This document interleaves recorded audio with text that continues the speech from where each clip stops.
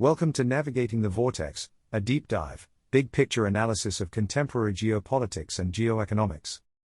Today, the US attack on Venezuela erodes further what is left of the old world order. More importantly, where will Donald Trump turn his attention next?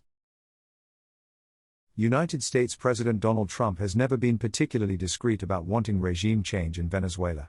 After months of saber-rattling, the direct large-scale strike on the South American country came in the early hours of January 3, and involved a special forces operation apprehending Venezuela's president, Nicolas Maduro.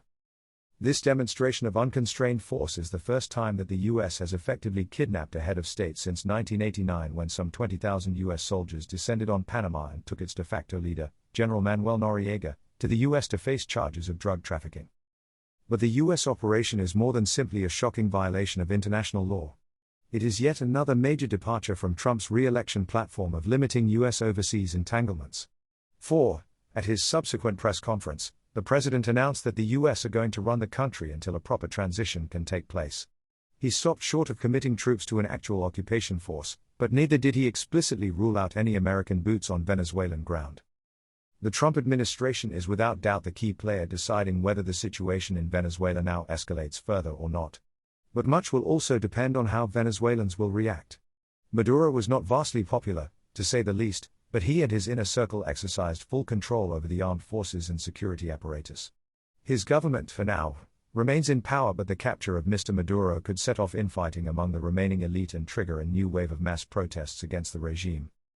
In the immediate aftermath of the operation, Venezuela's defense minister said that the country will resist the presence of foreign troops and that all of the country's armed forces will be deployed. Whether these forces will ultimately put up a fight during a second wave of U.S. strikes, which Mr. Trump threatened during his press conference, however, is not clear. Nor is it obvious how pro- and anti-Maduro forces will position themselves in the coming days, or what exact plans the White House has in place to deal with widespread unrest in Venezuela should that happen. Venezuela is at a critical juncture now, but the repercussions of this U.S. operation will be felt well beyond the country. Mr. Trump said the U.S. and the Western Hemisphere are a much safer place to be after the U.S. operation. But no matter the lengths to which he and his supporters go in justifying their action, this operation will further erode what is left of a rules-based international order. The U.S. operation confirmed the trend to a return to thinking of the world as spheres of influence, as articulated in the Monroe Doctrine some 200 years ago and in the new National Security Strategy of the U.S., released just a few weeks back.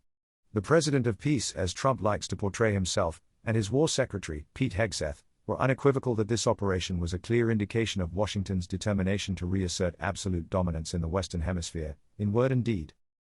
Unsurprisingly, several countries in the Western Hemisphere, which the U.S. sees as the core of its sphere of influence, denounced the U.S. operation, as did Russia and China. Russian President Vladimir Putin had signaled his support for Maduro early on in the escalating crisis at the beginning of December. A statement by the Russian Foreign Ministry initially merely offered support for efforts to resolve the crisis through dialogue. In subsequent press releases, Russia took a stronger line, condemning the U.S. operation as unacceptable violation of the sovereignty of an independent state and then demanding that Washington release the legitimately elected president of a sovereign country and his spouse. China similarly condemned the U.S. operation as a clear violation of international law, basic norms in international relations, and the purposes and principles of the UN Charter, and urged Washington to ensure the personal safety of President Nicolas Maduro and his wife, release them at once, stop toppling the government of Venezuela, and resolve issues through dialogue and negotiation. But it is unlikely that the U.S. will face any immediate major repercussions beyond some hand-wringing about the need to respect international law, including from other democratic countries. The U.S. operation to capture Maduro sets a dangerous precedent, as UN Secretary-General Antonio Guterres put it. That it will likely further encourage other states with similar pretensions to their own spheres of influence goes almost without saying. The U.S. president has made no secret about his desire to take over the Panama Canal and Greenland for national security reasons, and Secretary of State Marco Rubio has long taken a hard line on Cuba's government. If the operation in Venezuela indicates how the White House envisages the implementation of the so-called Trump corollary to the Monroe Doctrine articulated in the National Security Strategy, instability is likely to increase in the Western Hemisphere and well beyond. Such instability, more likely than not in light of recent U.S. experiences in Afghanistan and Iraq, would be a far cry from being the common sense and potent restoration of American power and priorities, consistent with American security interests that the National Security Strategy proclaimed. A big thank you to all of our readers, listeners, followers, and subscribers. Signing up to the newsletter is the best way to make sure you don't miss out on anything, and you'll get our newsletter and podcast delivered straight to your inbox wherever you are in the world. Importantly, you'll also be able to read the full written version of all of our pieces, which gives all of the background links to the information we cite in case you want to dive deeper and, like us, like to look at primary sources and check your facts.